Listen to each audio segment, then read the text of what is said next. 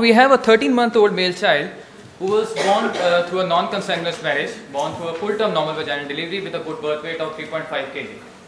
He presented to us, he had a complaints that had started since first month of life when he had facial puffiness, followed by abdominal distension that he developed since 6 months of age.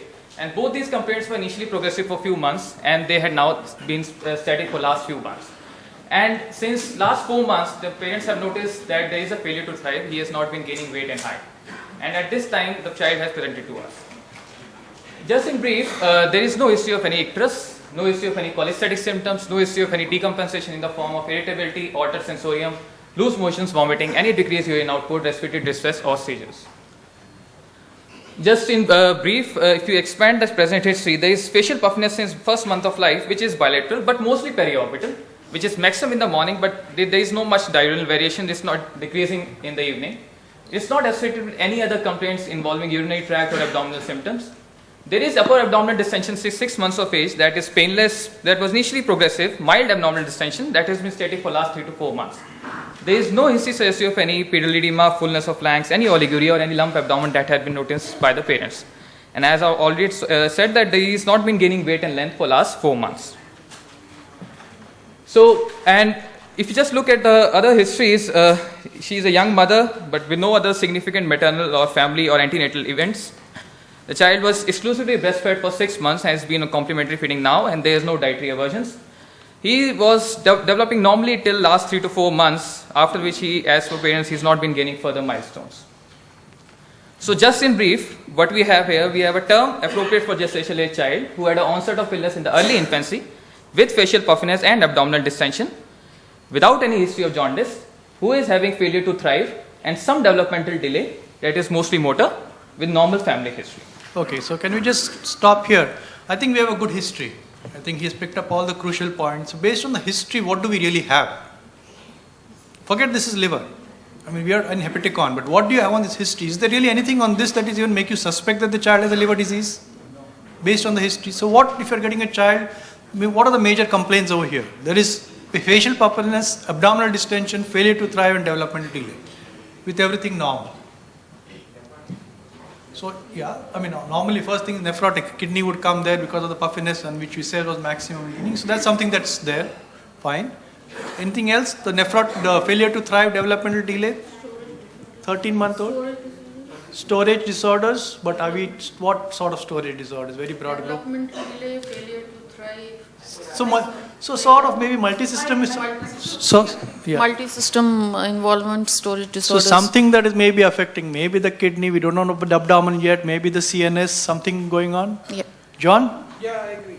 Yeah? As of now, nothing to say Really it's the liver. Nothing to say anything is the It's liver, very it obviously non-specific, requires... except that we know he's got a chronic ongoing disease. Right. And maybe a hypoalbuminemia to explain the edema. That again is little far-fetched. But we really don't know yet. We don't So know. we It started require... very early and the liver has not failed. There's no jaundice still. So something very slowly, As I said, it may not be liver at all. may not be liver at all. Yeah. So we require at least a clinical examination to take it further. So Even the developmental delay seems to be a very... Mild. I mean, Mild. Yeah, you're... Okay. So we examined the child. Child was doing well, looking well. He had a low weight for age. Height was predominantly preserved. He was paler. He was pale. He was afebrile. There was evidence of persistent anterior open fontanelle at 13 months of age. Evidence of vitamin E deficiency in form of rachitic rosary, widened wrist. I'll be showing the picture later. There was mild periorbital puffiness, as you can see in this picture. But there was no icterus. There was no other systemic findings on general physical examination. On per abdomen examination, what we could find that we had a firm 4 centimeter liver, span of around 8 centimeter, that was sharp with irregular margins. Spleen was 2 centimeter and bilateral kidneys were palpable. There was no free fluid and no abdominal veins. Child was otherwise alert, no other systemic findings. So, what we have here is an infantile onset liver disease with complaints of facial puffiness, abdominal distension and failure to thrive since first month of life, who is anecteric with evidence of vitamin D deficiency, with an irregular firm liver, with evidence of splenomegaly and bilateral nephromegaly. So, Okay, great. I think you have your clinical history, you have your examination. Go back to your previous slide. Yeah, Okay. So now I don't think there is a doubt that there is some liver involvement here. It still could be multiple systems, but liver is definitely one of the systems involved, right? So what has the examination added to the history that we had got? I mean, based on just this particular slide. This examination, one, it has the liver is firm most likely and it's drawn slightly irregular. There is definitely a splenomegaly, and the amusing thing is that bilateral kidneys are palpable. So it clears the kidneys, and there's some evidence now of a chronic liver disease in the sense that a firm liver and a splenomegaly, and there is renal involvement. And there is no ascites. And there is rickets. And there is rickets, and along with the filiate. So, and rickets. Clinical rickets. In absence of jaundice. In the absence of jaundice. I think that's a perfect summary.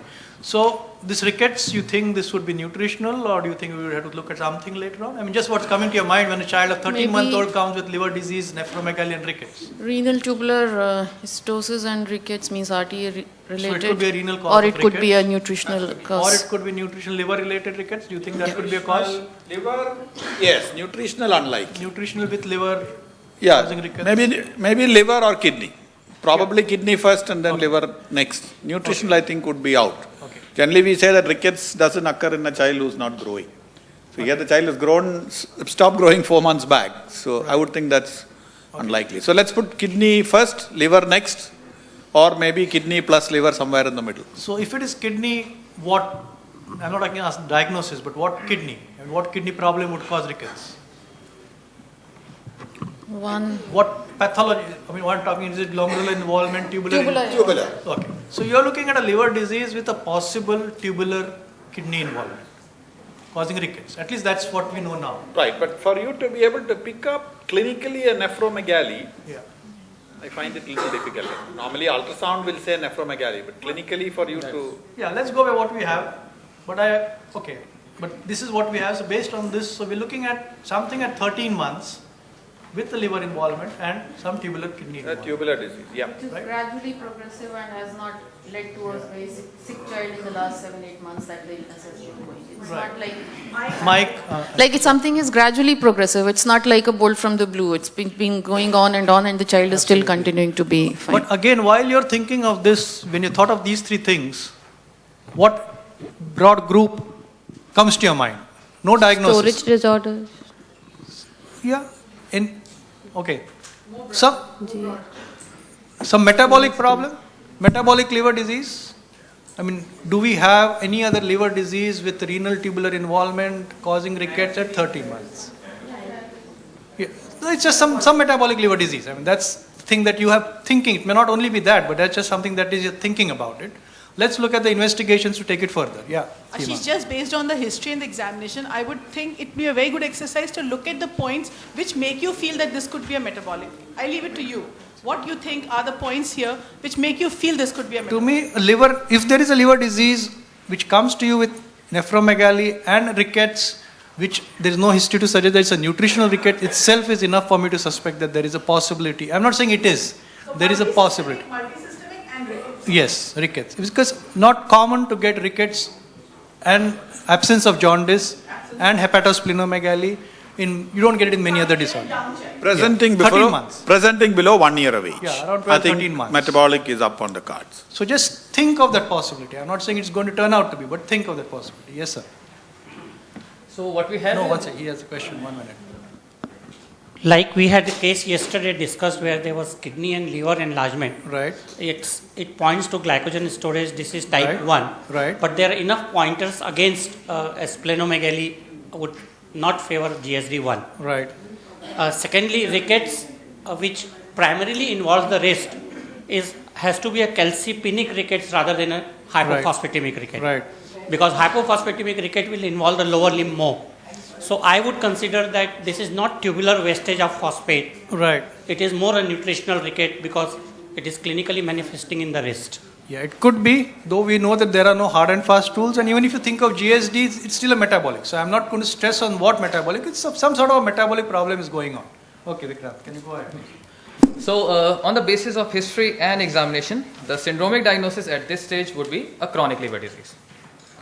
So, when we look at the possibilities of infantile chronic liver disease, we can basically divide them into 4 groups versus metabolic liver diseases, vascular, inflammatory, and cholestasis.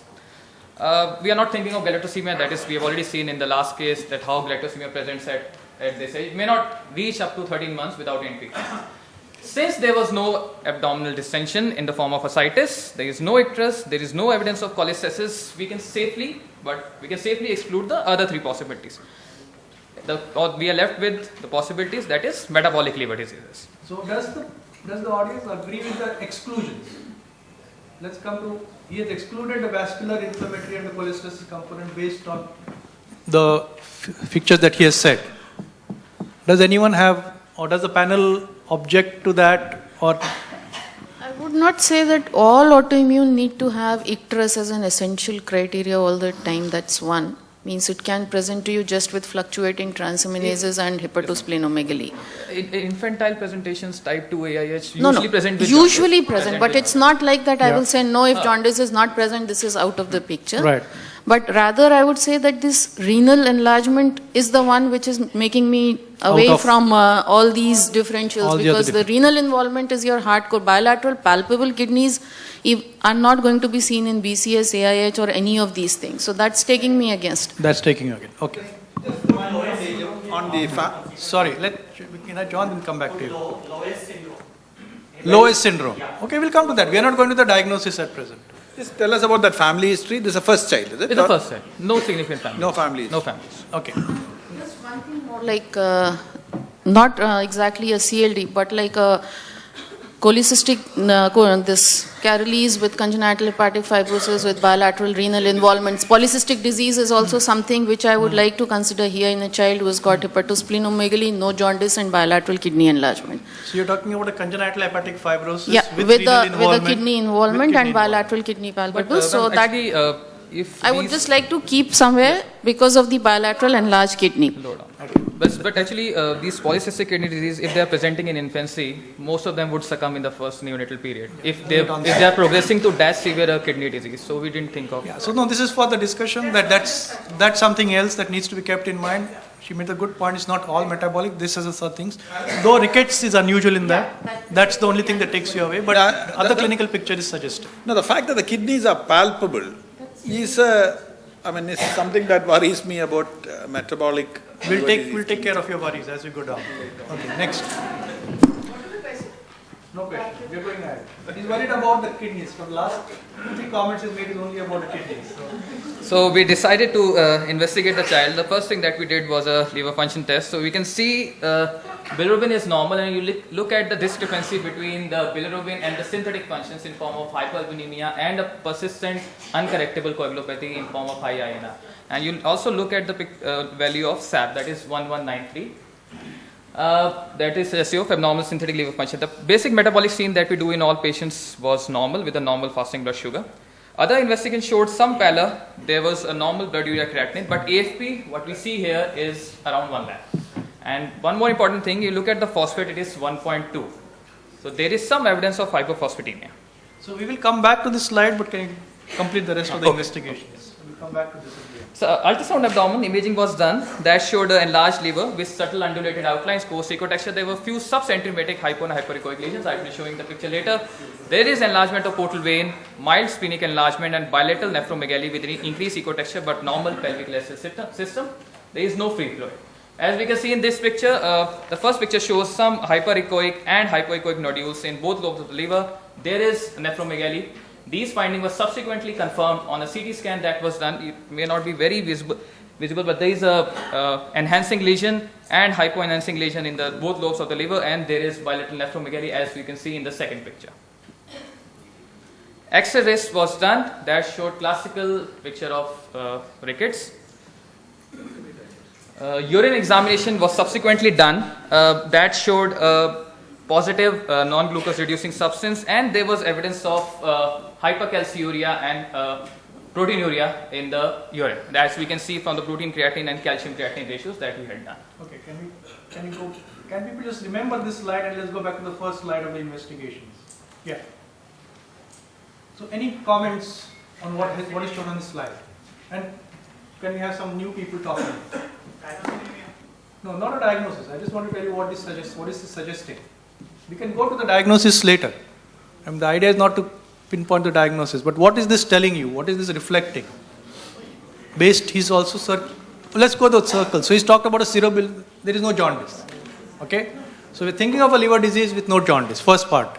The alkaline phosphate is very high. Do we have an explanation for that? So rickets is one possible explanation. Okay? With a GGT that is also 119. So alkaline phosphatase may be high because of two reasons. Maybe some sort of an obstructive element plus rickets. Albumin 3.1 and globulin is any problem with that? It's reasonably well preserved synthetic function and an uncorrectable, so there's a coagulopathy. Right? So based on what we had got, liver disease, kidney, rickets, and now coagulopathy, which is uncorrectable, which is you saw in the last presentation also pointed towards some sort of a metabolic problem. So you're getting some sort of highlight. Now can anyone else behind tell why the alpha fetoprotein was done? Are we suspecting a hepatoblastoma? Or are we suspecting a hepatocellular carcinoma? Then why was the AFP done? So you're suspecting tyrosinemia. So is alpha fetoprotein a good test to diagnose tyrosinemia? It's a screening test. The panel? Yes. Can you say a few words about alpha fetoprotein in the diagnosis of what they said is possible tyrosinemia? False positive, false negatives, where could it go wrong? So let me ask you two questions. If there is a low alpha fetoprotein and you're suspecting tyrosinemia, does it rule out, more likely to rule out tyrosinemia? And the other question is, if you're suspecting tyrosinemia and it's very high, is it more likely to? So tell me both. Alpha fetoprotein is raised in tyrosinemia. So Right. if it is you're thinking tyrosinemia and alpha fetoprotein is raised, it goes in hand with your investigation. Right, and- But if it's not markedly Sorry, raised, so how high? That's the point. how high is because it has to be I would not be able to tell you an exact cutoff because in the first year of life also I can there help. is higher cutoffs for a Actually, normal newborn also. The cutoffs. But more than 70,000-80,000 is definitely very high. This The 97,000 cutoffs is very actually high. have been from the Western literature. The CIPL group that treats hepatoblastoma at this age, 13 months, it should be between 0.8 to 87. Mean would be roughly around 8, So this is less than 10. 1 year So of age it's- should be less than 10. no. That is normal alpha fetoprotein. What I am saying is that even in other liver diseases, your alpha fetoprotein Right, might be mildly raised. So a cutoff where you'd say that this is suggestive of tyrosinemia, where it is markedly raised vis-a-vis mildly raised. So there I are think two- this child is 13 months old, isn't Yeah, it? yeah. By 1 year, the alpha fetoprotein will come to the come to the so adult. let's So be here very clear. It's sky high. Normal levels, let's say 0 to 10, 0 to 15, whatever. You get a report of 2000, extremely high. You're suspecting tyrosinemia. So does the level of 2000 fit into the possibility that this is tyrosinemia? But even 2000, 1000, you would really think, okay, this looks like a tyrosinemia? I expect much higher values of 30,000-40,000, which will make me very happy, yes, that this is perhaps It tyrosinemia. would be Much higher. In tyrosinemia, the values are quite high, right? Thousands, lakhs, or even few lakhs, 3, 4, 5 lakhs, right? Now answer me the second question. You're suspecting tyrosinemia, your alpha fetoprotein is 5. Does it rule it out? Yeah. What does the literature say? The literature doesn't say anything. I have not read. Okay, literature. No, yeah. The literature does say that it makes the diagnosis of tyrosinemia unlikely. It's not, you can't rule in or rule out, but it is unlikely. So also, can the panel say why alpha fetoprotein is high in tyrosinemia? Because we always think of it as a malignant condition that increases it. So can anyone? Anyone? Regeneration is one reason. The other could be the fact that there is associated SCC are very common in these So patients. dysplasia sometimes come in very much earlier to get a high alpha fetoprotein, but it's obviously not the answer. But a regeneration is very Regeneration crucial. is what is going on. Also, which other liver conditions can you get a high alpha fetoprotein? Because that's a differential diagnosis you're looking at. Have it in even in No, non-malignant. Hepatoblast, hepatocellular carcinomas. We know. alpha fetoprotein is raised. In acute viral hepatitis, can you get high alpha fetoprotein? Yeah, when regeneration is happening, then it Exactly. can happen with any cirrhosis with regeneration, any acute insult with Correct. regeneration, So but then it would not be like in You can- thousands or lakhs. Yeah. That's where it helps perhaps Correct. a little bit. So Ashish, when- just sometimes in reactivation of hepatitis B, Right. you see very high levels, and Right. they do come down with treatment. So we Right. have seen above 1,000 also. Right. So any acute liver disease that is recovering or coming back to normal, that is regeneration of the liver, or a chronic liver disease that is regenerating, can have high alpha fetoproteins. To the extent that a few years ago it was taken as a marker to predict whether the child with acute liver failure is going to get better or not, depending on the alpha fetoprotein. Results are no longer show that is a good validated study. But that's something you need to remember in mind. Yes. Neonatal hemochromatosis is another condition. Correct. Neonatal hemochromatosis, citrine deficiency is also supposed to have extremely high. Just to give a background of which liver conditions have alpha. Quite high. Quite high, just like this. No, no. It's in Not thousands. so much, but it's in high thousands, may not be in lakhs. Thousands. Okay. Now, yeah, let's go further now. Okay, so what they're saying is the panel, I think, is making a diagnosis that this is possibly a tyrosinemia. And we require a diagnosis for that. Confirmed diagnosis for that. So what is the confirmed diagnosis? A liver biopsy? Would that be the diagnosis when you're suspecting tyrosinemia? So liver biopsy is a diagnostic of tyrosinemia? Yes, no? No. So you require some other parameter. Right, okay. So subsequently, we did a urinary succinylase stone. That was pretty high, less normal regions, less than 20. It was 360 in our case. And one more point we want to highlight in this, there were two tests that were done, sent before the child came to us. That was urine GCMS and plasma aminoacidogram.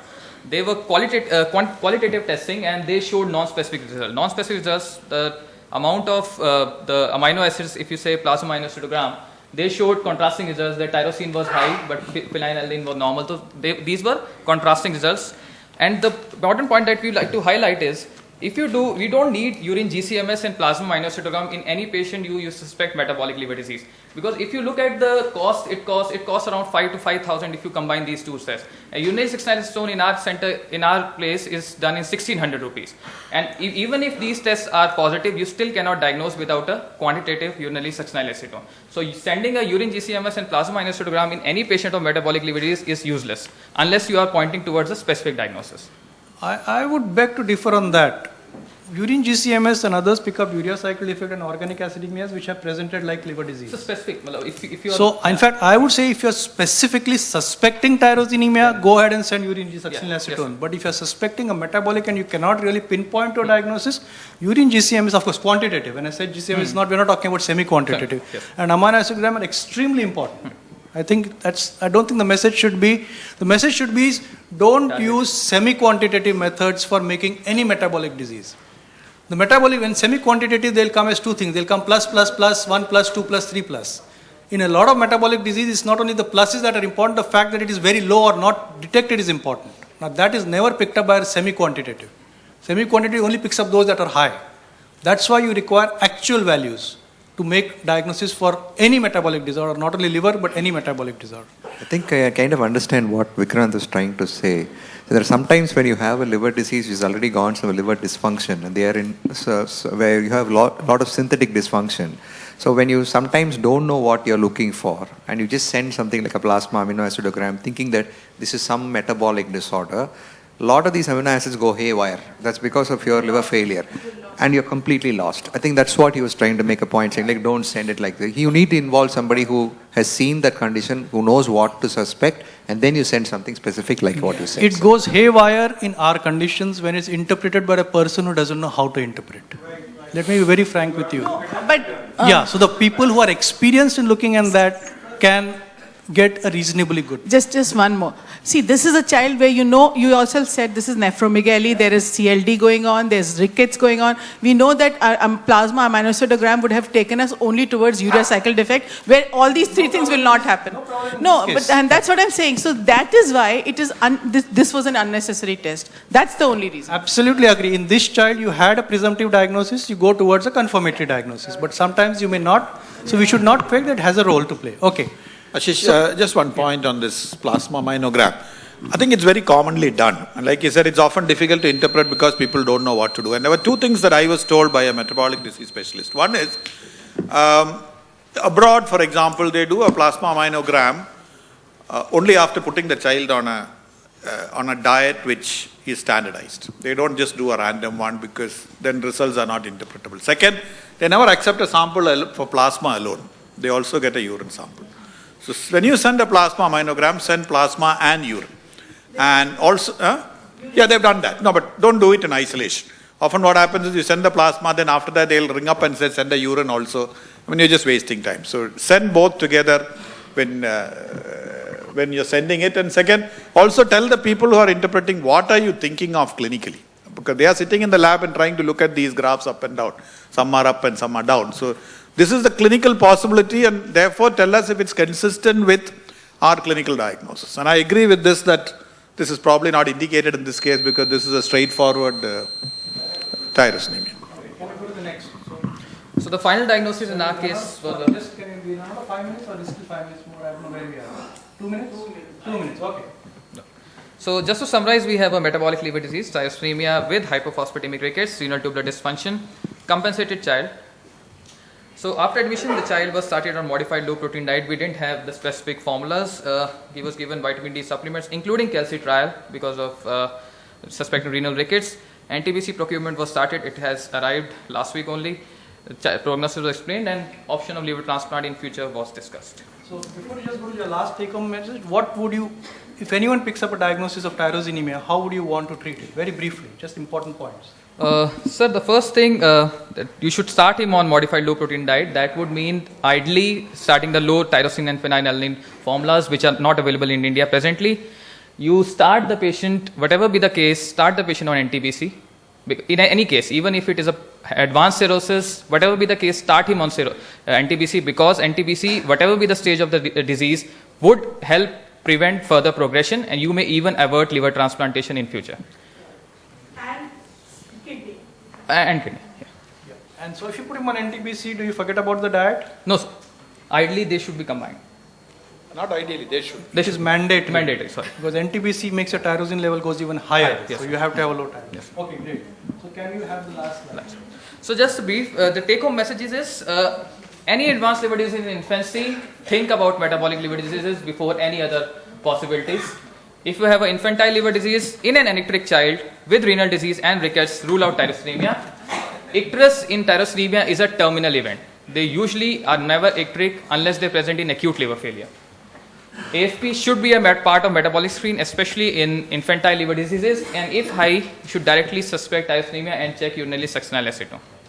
One question, sir, please. Message, and you just ask if anyone from the panel wants to add anything to it, otherwise we'll call the session to an end. May I ask one question, sir, please? Yes. Sir, you told there is renal tubular involvement causing the rickets and tubular involvement. Why the child is having periorbital puffiness? Can it That be explained may by tubular involvement? That may be because of hypoalbuminemia. Because he didn't have any oliguria. What was the serum albumin for this child? 3.1. 3.1. And just briefly, you mentioned about the nephromegaly, but I mean, is that a common thing in tyrosinemia? Yes, sir. But and also, is it always present? That's the important message. So the data that comes is usually from the Canadian Quebec region. They say that almost 80% of the patient would have nephromegaly and almost 1/3 of them would have nephrocalcinosis. That was not seen in our patient. But more than 2/3 of these How patients. often is bilateral kidneys palpable in tyrosinemia? Ma'am, it's not Nephromegaly detected Yes, on ultrasound is Clinic- well accepted. clinic- But on bilateral Ma'am, kidney it's- I palpable have- is like I could not go through, I could not find anything on literature mentioning physical examination in a tyrosinemic child. So just remember this: suspect tyrosinemia when you have these 4 things. Thank you. Okay. Thank the panel.